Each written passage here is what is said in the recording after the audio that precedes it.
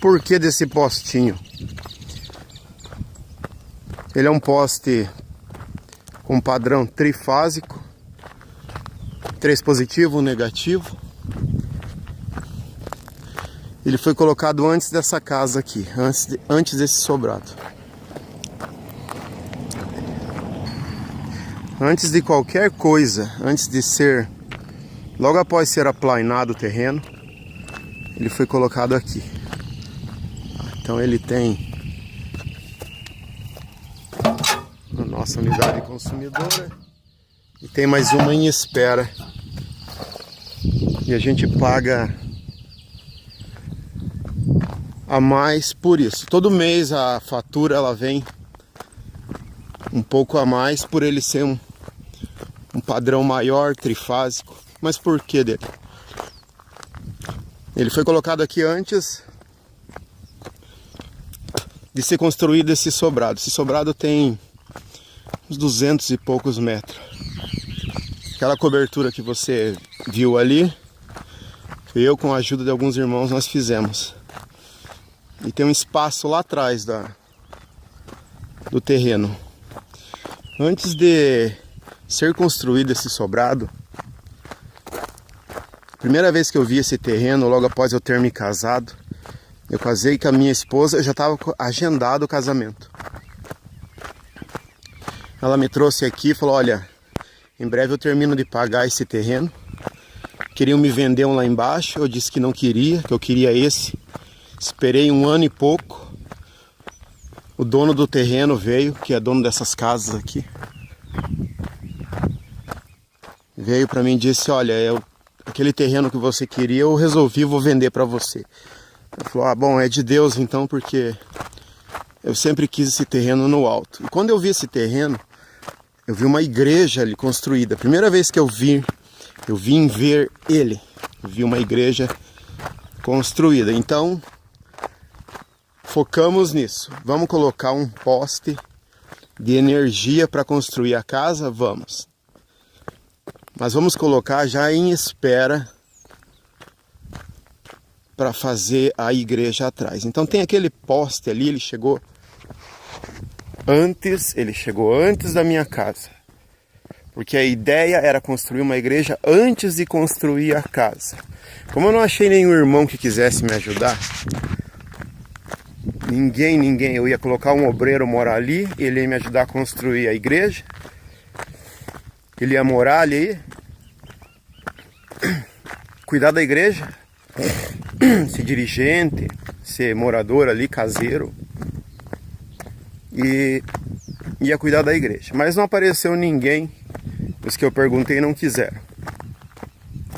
Aí eu construí o sobrado, certo? Eu estava naquela época na Quadrangular. Meu pastor da Quadrangular foi embora, foi para o Mato Grosso, pastorear uma igreja lá. E nesse tempo veio um camaradinho ali que eu não fui muito com a fachada dele. E tinha uma pastora ali, uma bênção ela. Cheguei e falei, olha, não quero, não vou ficar com vocês, pois está abrindo uma igreja Gideões da Fé, que é a igreja do pastor da Casa de Recuperação, onde eu morei 3 anos e meio. Eu morei 3 anos e meio na comunidade Hermon. E eu morei 3 anos e meio também. 3 anos e meio nessa Casa de Recuperação.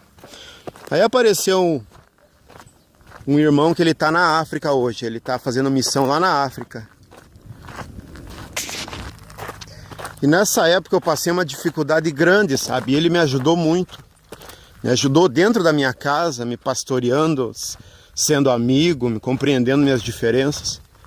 Realmente um camarada assim, que me ajudou, sabe? Me pegou no colo. Um abraço a ele, o pastor Celso Renostro. Tá lá na África agora. Meu amigo, meu irmão. Colegão mesmo, de verdade. E me ajudou, sabe? Eu comecei a ajudar ele ali, comecei ficando na igreja. E o tempo passou, ele foi embora, veio outro pastor. Eu falei, puxa vida, eu incomodado com essa situação de fazer a igreja e falei, mas eu vou ajudar, vou cooperar, vou dar uma força para esse jovem que ali estava. Sexta-feira passada agora, cheguei em casa indignado. Sabe quando você, não sei se você já teve isso, você se sente um formando, você terminou o 9º ano, que hoje é assim, na minha época era a 8ª série, você ia para o 2º grau, hoje vai para o ensino médio. Voltar para o prezinho, me senti bem assim, sabe? Fiquei extremamente indignado. Uma indignação, uma inquietação terrível. Camarada falando, um exemplo, que Deus mudou o nome de Saulo para Paulo, quando, se você ler em Atos dos Apóstolos 13:9, se não me falha a memória, diz assim que Saulo também chamado Paulo. Então ele tinha um nome judeu, que era Saulo, e ele usava esse nome nas sinagogas para pregar ao povo judeu. Quando ele foi pregar ao povo gentio, ele usou o nome latino dele, o nome dele em latim, que era da cidadania romana dele, conforme herdada do pai dele. Então ele tinha o nome judeu, Saulo, e tinha um outro nome, 2 nomes. Tipo João, Paulo, Marco Antônio, você recebe 2 nomes, um do pai, um do avô. Ele tinha o nome de Paulo, que ele resolveu usar quando ele foi pregar ao povo gentio. Então ele não foi trocado o nome dele. O único que Deus trocou o nome, que eu me lembro agora, foi Jacó. Deus falou para ele que a partir de agora ele será chamado. Então você se sente fora, sabe? Você se sente no lugar errado. Faz tempo que ando sentindo dessa maneira. Você com fome, querendo ir para casa, cuidar da família. As pessoas têm mania de dizer que a igreja é uma família. Não, família é a esposa que está em casa esperando. São os filhos que estão esperando eu para fritar um hambúrguer, fazer um x-salada. É a minha esposa que me abraça, é meus filhos que eu pego no colo. Esses são família, sabe? Então esse é primeiro Deus na nossa vida. Segundo lugar, a família, todo cuidado com a família. Terceiro lugar, a igreja. Aí se demorou. Aí eu cheguei indignado em casa. Mas outra parte que me pesa bastante, que há muito tempo incomoda, é a situação dos camaradas, o tal do viver da fé, viver pela fé. Mas a fé de quem?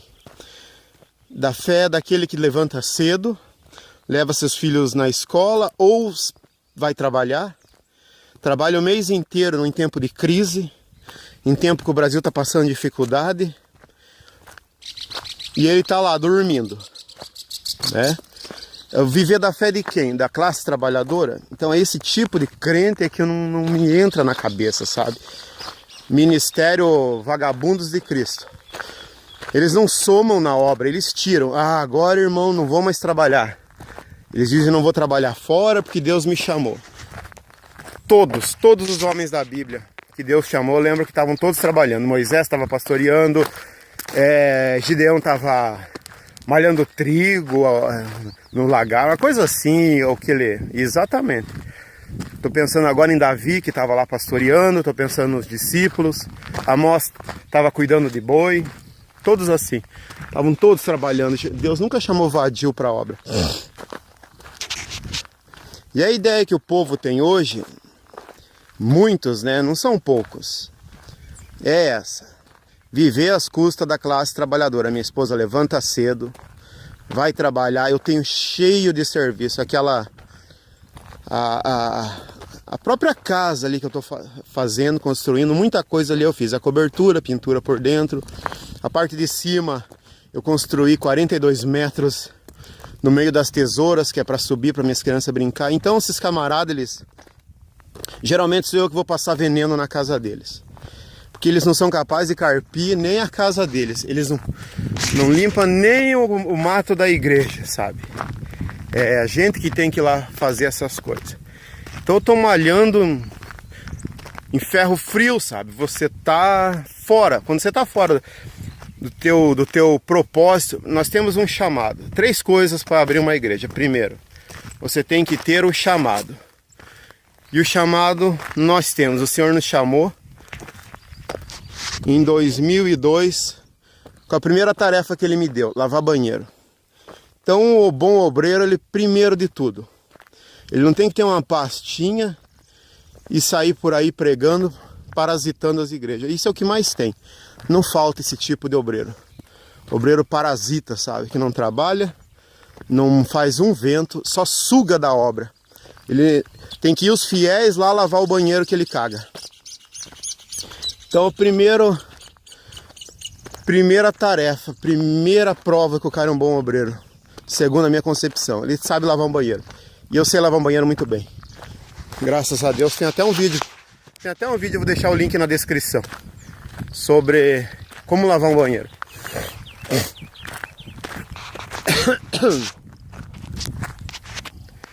Então é isso.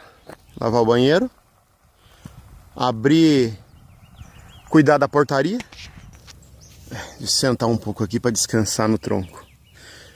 Então, se ele sabe lavar o banheiro, arrumar as cadeiras, abrir e ficar na portaria, pegando o nome das pessoas, dos visitantes, ver se tem uma senhora precisando de um lugar, uma senhora grávida, criança correndo, ver se ninguém vomitou, ver se tem água, tem papel higiênico, se não está entupido o vaso, essas coisas. E daí ele vai subir no púlpito. Abrir culto, sabemos orar. Abertura de culto, 5 minutos, 3 a 5 minutos. Cantar 2 hinos da harpa, dirigir, essa liturgia básica.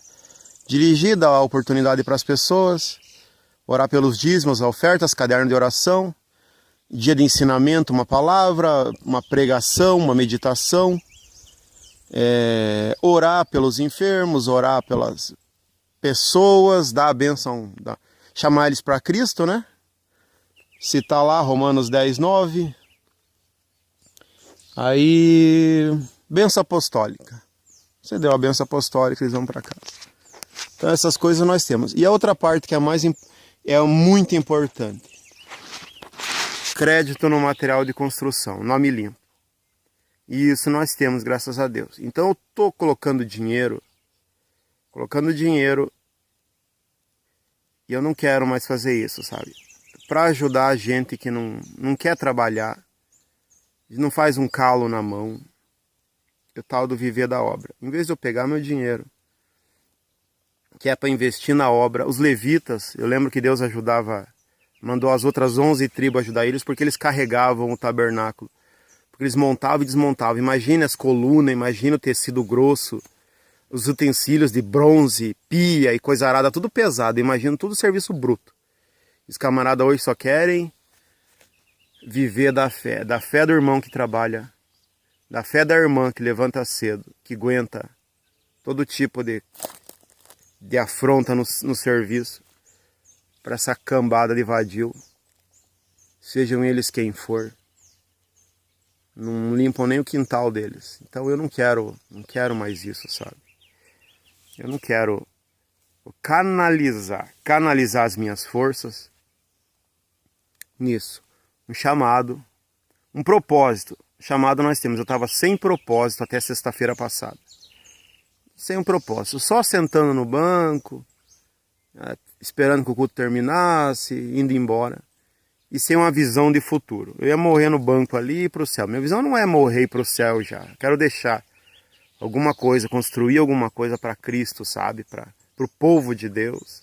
Deixar um legado. Então eu vou aproveitar, já que está lá o postinho que eu coloquei mesmo, nós colocamos, pagamos todo mês, pagamos mais caro para aquele poste estar ali. Então é isso, é o porquê tá aquele poste ali. Compreende por que tá aquele poste ali? Você entendeu o porquê? O poste está lá porque está esperando fazer o que Deus me chamou. Está esperando canalizar as minhas forças. Os anos estão passando, a gente vai envelhecendo. E você não cumpre o que Deus mandou fazer. Né? E aí? Deus vai cobrar, não vai cobrar? Não sei.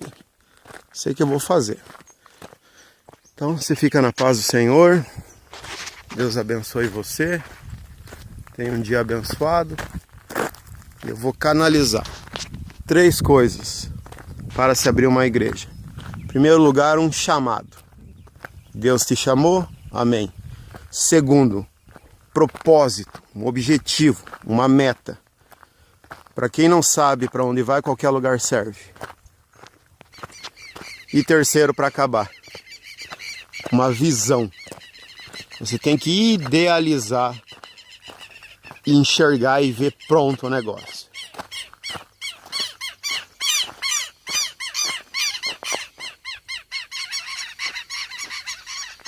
Deus abençoe.